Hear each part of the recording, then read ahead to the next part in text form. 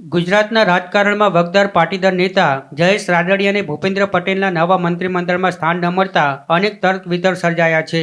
મંત્રી તરીકે તેમનું નામ મોખરે ચાલી રહ્યું હોવા છતાં હાઈકમાન્ડે છેલ્લી ઘડીએ તેમના નામ પર ચોકડી મારી દીધી હતી. સૂત્રોના જણાવ્યા અનુસાર સહકારી ક્ષેત્રે મેન્ડેટ વિના ચૂંટણી લડીને કરેલી બગાવત રાદડિયાને ભારે પડી છે. જયેશ રાદડિયાએ સહકારી સંસ્થાઓની ચૂંટણીમાં ભાજપના મેન્ડેટનો ખુલ્લેઆમ વિરોધ કરીને રીતસર બગાવત કરી હતી. તેમણે સહકારી ક્ષેત્રમાં કેન્દ્રીય ગૃહમંત્રી અમિત શાહના વિશ્વાસુ ગણાતા બિપિન ગોતાને મેન્ડેટ વિના ચૂંટણી લડીને હરાવ્યા હતા, જેના કારણે ભાજપને પરાજય વહોરવો પડ્યો હતો. એટલું જ નહીં, તેમણે દિલીપ સંઘાણીને સાથે રાખી ભાજપ સામે એક મોરચો રચ્યો હતો.